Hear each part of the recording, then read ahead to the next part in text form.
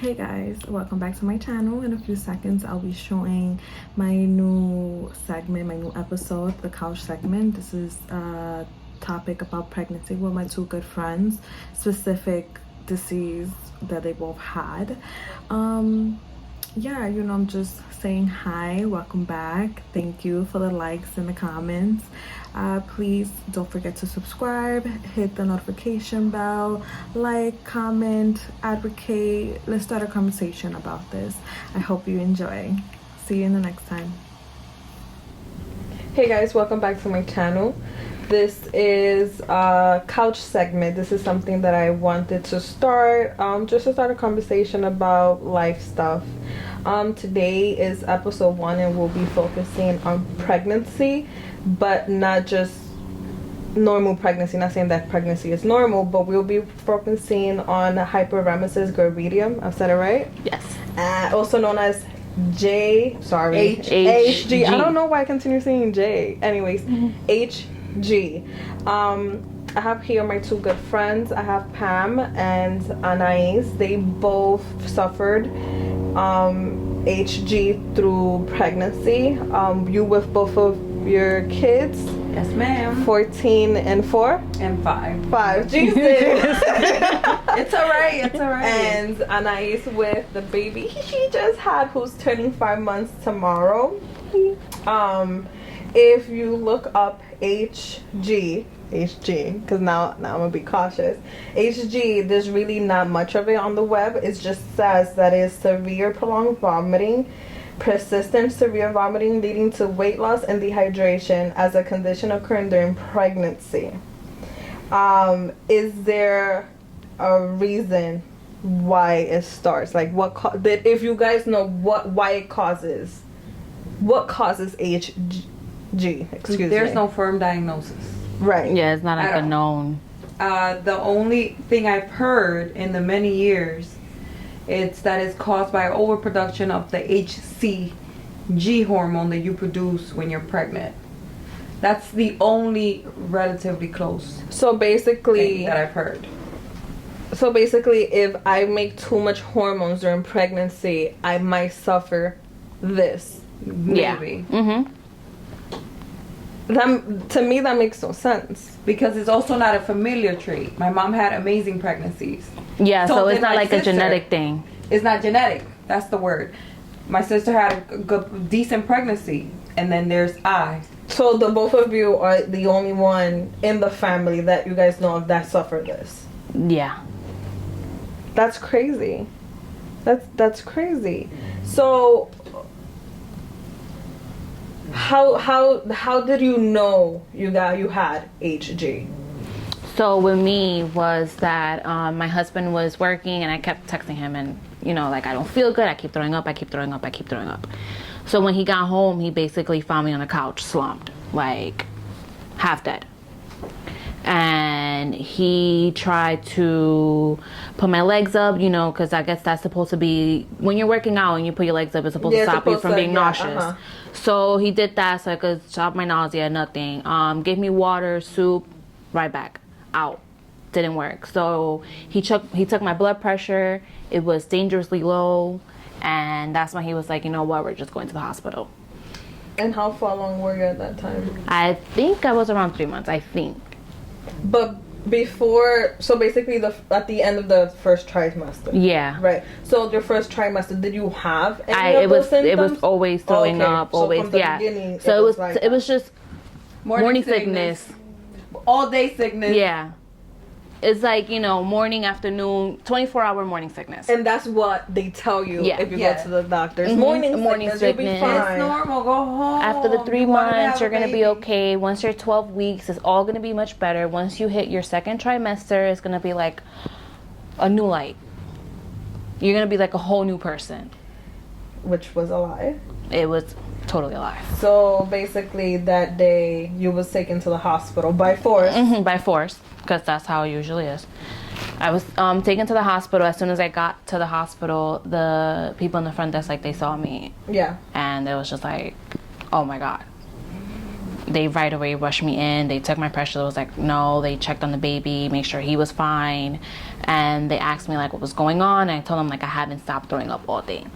They hooked me on to IV. They gave me anti-nausea medication. And they gave me something else. I don't remember what it is, but I know, like, I still have my discharge papers, and I had like the list of medication that they gave me. So it was like a bunch of things. Yeah, to, like, to try to hydrate me. They gave me it was they put the third bag of saline, and it was like halfway. And that's when I started, like, you know, when you're starting to like, oh, I'm starting to feel alive. Yeah, like some life into you. Oh man, what is this? I get it. So 2 hours later, you. And that's when they told you that. But you never thought it was. It never would have crossed your mind. No, because I never even knew what it was. I never even heard of this before. I never have heard of it either until you. Like, and that's when the doctor that was there. That's when she told me, she was like, you have hyperemesis. That's something. And you had it for both of your pregnancy. You're brave, by the way, for going through another pregnancy. Well, you kind of have to forget. I had to forget everything I went through with Anna. I have heard that, though. I have heard that you always forget the pain of the first one, and that's when you have a second. But that's when you're ready for the second one. So I forgot. 9 years later, decided to go through this again. And sure enough, it was like. But with Anna, there was no name. There was like HG wasn't a thing. It wasn't a thing. I had morning sickness, and I was being dramatic, and the drama. Yeah. I brought the drama for 9 months with Anna's pregnancy. 9 months of throwing up. And that's the worst one. There's just people telling you that you're being dramatic. Just eat. Just eat. Yeah, you're being dramatic. Just eat. Just eat. So people told you guys, you just being dramatic. Just like, why wouldn't you want to eat when you're pregnant? Because I feel like that's when you indulge, because you can actually be fat. Yeah. You know what it is the ignorance of not knowing. Yeah. First of all, we're culturally binded. Right. In our community. Right. That our parents are not educated in medicine. Let's say we're talking medicine. So medicine. So I remember back then, my grandma used to be like, oh my God, you're just being dramatic. You just want to be a crybaby. Just eat. Shut up and eat. And stop making yourself throw up. That was my biggest pet peeve. Stop making yourself throw up. Because you're making yourself throw up. Because you want to throw up. There was nothing to throw up at some point. No. Yeah. You just gagging. Yeah, you're just like dry and trying to gasp for air at the same time. Like, you just don't know what you're doing. So for Anna, you just basically on a rotation went back to the hospital and just got So I got to the point of IVs. the nurses already knew me, so they would see me come in. They knew I was coming for fluid. They will hook up the bags and send me home. And what about Axel? With Axel, I already knew what was coming. And as soon as it started, the only thing with Axel was at the second trimester, it actually stopped. Okay. But with Axel, I already knew what was coming my way. So with Axel, informally, I was working in the hospital at that time. So I would hook myself to IVs. And just work your day. And work my day. And when it got relatively close where I couldn't even walk, because I was not consuming any food and the nausea was like overpowering my body, then that's when I had to go, I was bedridden. So now that you mentioned time frame, it says here that after 16 to 18 weeks of pregnancy, that's when it goes away. The second trimester. But for you, it didn't. For Axel, it did. But for Anna, no. And for you, you had it until 7 months. 7 months. That's tough. Not being able to eat, basically. Anything at all. And I feel like what's even tougher is the rapid weight loss. Right. Yeah. Because it just goes. Because how much did you lose? I lost 25 pounds. And with Axel, I lost 32 pounds. And what did the doctor... I'm sorry, go ahead. And at that time, I was already slim. Right. And what did the doctor tell you when you go for follow-ups and the scale kept dropping down? My doctor would keep telling me, like, you're not where I want you to be. Like, and she would try to, so she would prescribe me medications for anti-nausea. Mm-hmm. And one of the medications that they prescribe is saffron. Sofran. Yeah. Sofran. In other words. So that's one of the medications they provide, and it just made me feel horrible. Like, I can't even describe to you how I would feel when I would take that medication. I only took it once because I did not like the feeling that it was like a psychedelic. Like, exactly. You sit there and you could be sitting, like, you know, you take it, whatever. You could be sitting on your couch and you sit there and you're like, what's going on? Mm-hmm. So you rather had like, I prefer to be nauseous. Mm-hmm. Yeah. I prefer to throw everything up than have to take that medication. Mm-hmm. And they switched my medications 3 times, and for some reason, any medication they will give me, it would just not. I couldn't do it. I couldn't do it. They even gave me Unisum, which is a sleeping aid. Mm-hmm. Couldn't do it. And that's supposed to help. That's supposed to help. And were you able to take the medication with Axel? Sofran, it was like a psychedelic. I took it orally. I used to throw it up. Mm-hmm. So they prescribed it anally. It was like a psychedelic. I felt like I was on drugs. Never again. Never again. Unisum, the same thing. It was like I was stuck in between like this space where I wanted to go to sleep and I didn't know if I was sleeping or if I was awake imagining things. Yeah. I don't want this. And taking that medication is supposed to calm the nausea, calm the vitamin, so you could be able to eat. Mm-hmm. But did you guys eat? No. So why prescribe this if it wasn't even helping the cause? Because that's what they know. That's what it's known. Like, that's what they use for it. There's not, like, I feel like nurses and doctors, especially doctors, they need to do better when it comes to pregnancy, period. Correct. But when it's especially when it comes to HG, they need to do better, because you could go to ER and you could tell them, like, I have A, B, and C going on, and the only thing they'll tell you is morning sickness. You'll get better. Yeah, it's morning sickness. You know, it was crazy because you were the one who mentioned it, that Kate Middleton, the Princess of Wales, I think is she was something like that. Something like William's that. wife. Yeah, William's wife. She suffered from it all 3 pregnancies. And so I wish right into it. I don't know. I don't think she ever spoken of it. Let's check real quick. Yeah, I don't think they're allowed to exactly. talk So about I it. wonder how was her experience, and I wondered if she got the care that I hope there's there for many women, because you two are not the only ones that suffer from this. So I'm gonna piggyback of what you said. Right. So for example, me with Anna's pregnancy, I was a baby myself. I went to regular, can't mention the hospital, but to a regular old community hospital. Gotcha. With Axel, now I'm experienced, and now I'm working for a private hospital, so I'm going to get care at the private hospital. The care was completely different. Now I have a doctor that understands me and understands, because now they have some knowledge. It's still no knowledge. The fact that there's no cure, but not even cure, something barely to anything. settle. Or even the reasoning, like an actual reasoning behind it. Yeah, because just because I produce more hormones than I should, why it doesn't, I can't understand it. I guess somebody needs to tell me in English so I could get it. We demand, right? You demand an answer. Because with you, I personally didn't, I wasn't there. With you, I somewhat experienced it, and I haven't had a pregnancy, so I'm not saying that I must suffer. But now it's like, after having a pregnancy so close to me, I'm learning so many things that I'm like, do I want to have a kid? And then I talk to my husband, who's behind the camera, and he's like, you gotta chill out. You gotta chill out. Close the laptop right now. It's like, stop it. But it's true, because it's like there's so much unknown that nobody speaks about pregnancy, especially this.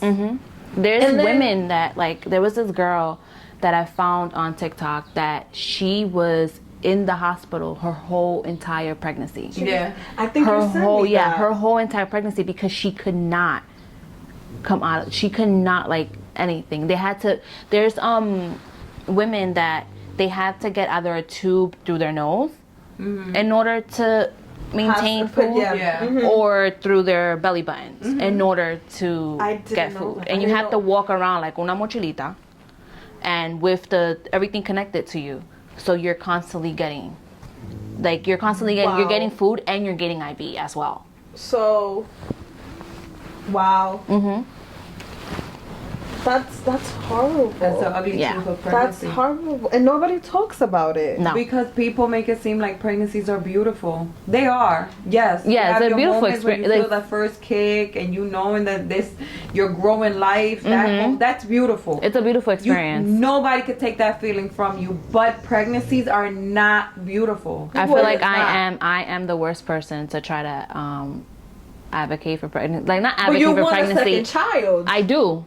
I do, and procreative reasons only. Yeah, because but every single time that somebody asks me like, "Oh, how was your pregnancy?" I tell them like, if you haven't had a kid, don't ask me, because I'm going to scare you. Example number one. Like, I'm not the person to recommend pregnancy to anybody.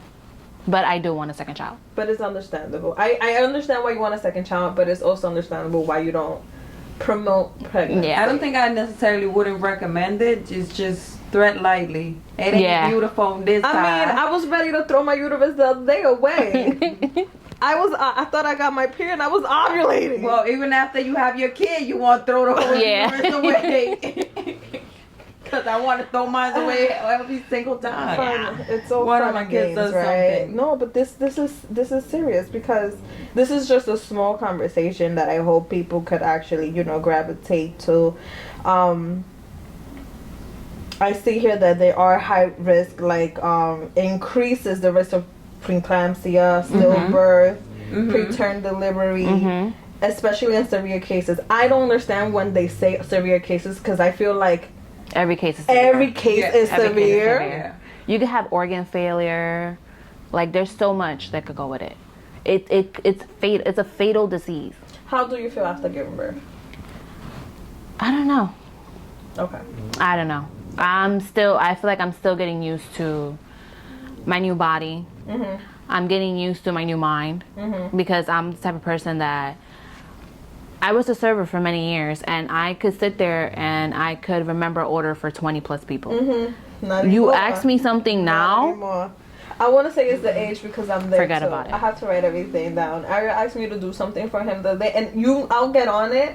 And he came to me like 2-3 days after. He's like, "Did you do it?" And I said, "I did what?" I forgot. I could have a conversation with you. I forgot the other conversation. And then a couple minutes later, you asked me, you was like, "Oh, you remember we was just talking about this?" I'm like, "What are you talking about? We talked about that?"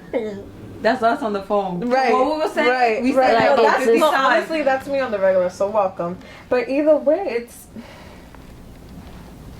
And you know what's... I don't know if you... But you know that it could come back after you give birth?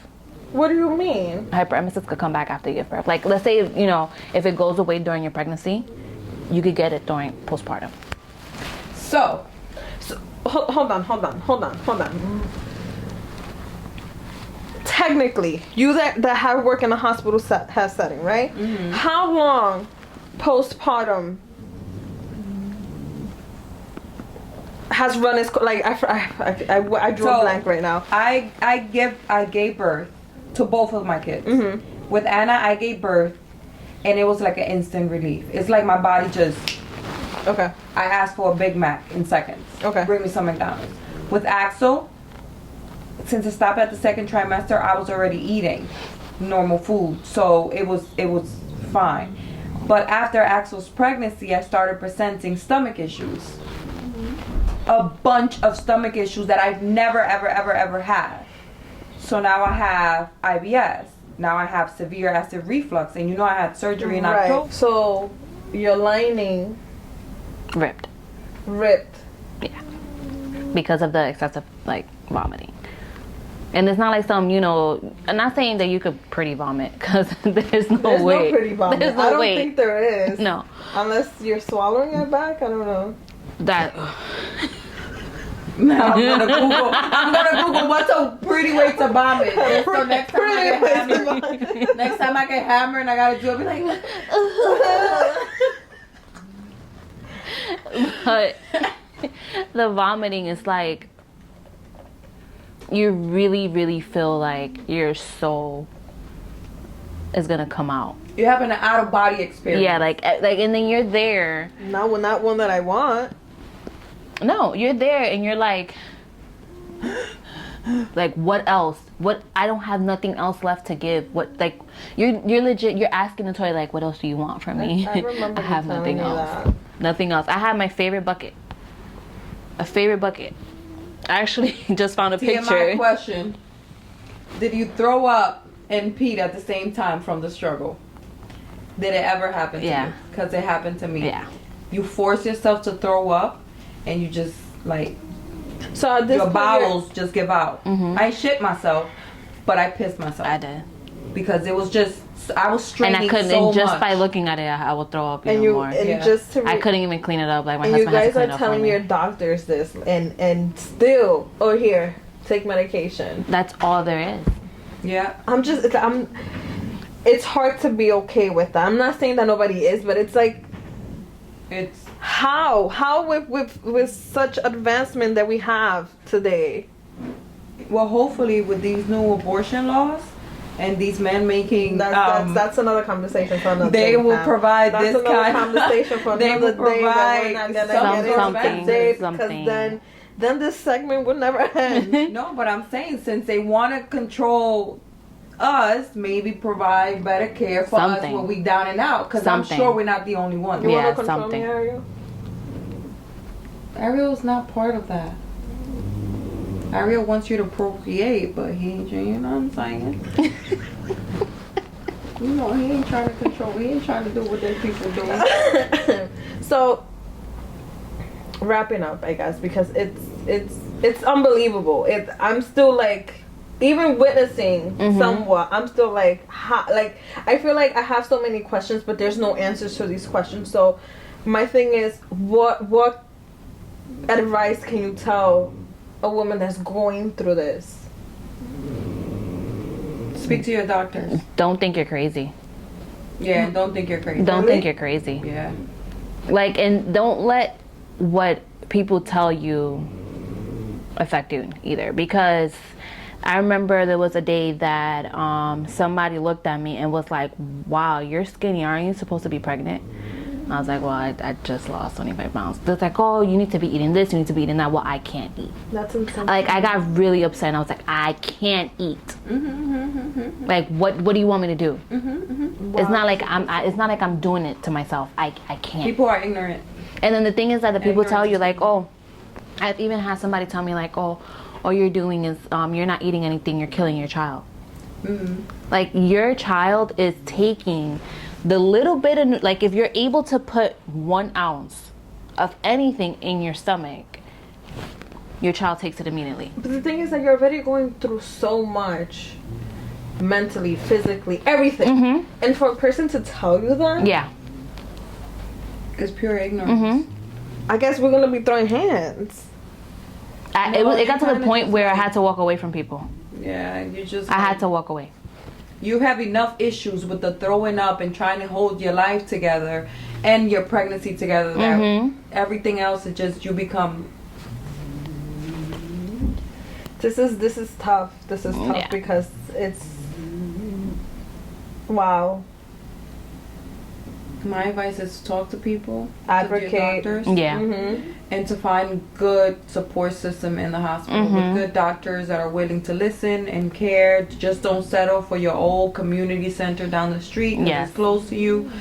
Do your research, because in comparison to Anna's care at a city hospital versus Axel's care in a private hospital, it was amazing. I used to text my OB in the middle of the night, like, I really don't feel well, I have palpitations, I haven't slept, and she used to tell me, come to the hospital, I'll meet you there. And at the end of the day, it's worth it. It's worth Yeah, doing it is. the extra research, looking for that Yeah. Yep. number one doctor in your city, because it's going to make a difference. Yes. Yeah, the OB that I went to, that I go to, It's a clinic where they have like 4 or 5 different women, and I could say that every single one that I met, even though there's just this one that I met that I was just like, I don't like her, I don't get along with her, and she ended up being the one that delivered my baby.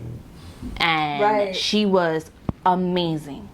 Like, she went above and beyond. And before that, I was like, I don't like her. And look, she was the one that was there. But every single one of those doctors, any single time that I'll tell them, like, I feel this, I feel that, they would understand me and they would talk to me. Even, because I was bad. When I had a doctor's appointment, my doctor would be like, so how are you feeling now? And I'm like, oh, I'm still the same. She's like, why haven't you told me this? Yeah. And I'm like, because I'm tired of complaining. You get to the point where you feel like you're complaining. You feel like you're getting annoying. Because what else? What else do you have to, Yeah. So I was just like, I'm just tired of complaining. I'm tired of having to, You mentioned... tell you. The question just came to mind. You mentioned that after 7 months, that's when it stopped. How did that feel? Oh. How did that feel? Let's just say that by the end of my pregnancy, I was 180 pounds. Yeah. Wow. Because during those 2 last months, when I'm telling you I ate, eating things that I didn't like, I ate it. You was like, just because I could eat it. Just give it. Just give it. Yep. Just because I could eat it. I haven't had the first and I had energy. Because that's another thing. You have no energy. You're drained. I feel like in a normal pregnancy, you already are tired. So yeah. I could only You're completely drained. Well, imagine your body doesn't have any nutrients. It doesn't. You're no water. You know, people say the importance of water in your body. Water is. It's gasoline to your body. And I remember you having headaches, but it's because you were dehydrated. Dehydrated completely. I did develop preeclampsia after I gave birth. So during labor, I had gestational hypertension. And that's why I had to have an emergency C-section, because I developed it like right there and then. And then after I gave birth, I went home and I went back to the hospital because I wasn't feeling well. My blood pressure was through the roof. I had a really bad headache. And that's when they told me I had preeclampsia. But the thing is that we don't know if it was just because it happened or it was due to this after effect of HG. They don't attach it. They don't. You could be dying on the hospital but they bed, won't attach it whatsoever. It's a pregnancy related issue, nothing to do with gravidium. Absolutely nothing to do with gravidium. I developed a lot of issues post, but like Axel had like a little heart defect. Nothing to do with the lack of nutrition. Because the baby is okay even though you're dying. Yeah. Well, Anna was born a little under 5 pounds. She was the tiniest little baby ever. And back then they didn't have preemie clothes. I legit used to wrap her in a onesie. But Axel, since I was able to eat after my second trimester, he was a 10-pounder. He was so big. It was natural? Yes. Oh, God bless you. With no anesthesia, both of my births. So yeah, guys, I want to thank you, the both of you, for sharing. For sure. Being part of this. If any of you, it reaches out, it makes sense. If you feel anything that they both have said, like vomiting all the time, nausea, not able to hold anything down, reach out to your doctor. You're not crazy. No. I'm trying to find another word, but you're just reach out, do your research. Your doctor's not listening to you. Advocate for yourself. Find another doctor. Yeah, find somebody else. Do what you have to do, because it's just not morning sickness. It's just not morning sickness. Sometimes it is just morning sickness. But I feel like you can tell the difference. When you get to the point when you're throwing up 6, 7, 8 times a day, it's not morning sickness. Wrong. It's not morning sickness. So if you guys know anybody, or if you have any comments or any suggestion or any good tips, please, add it to the comments below. Thank you for joining us, and bye.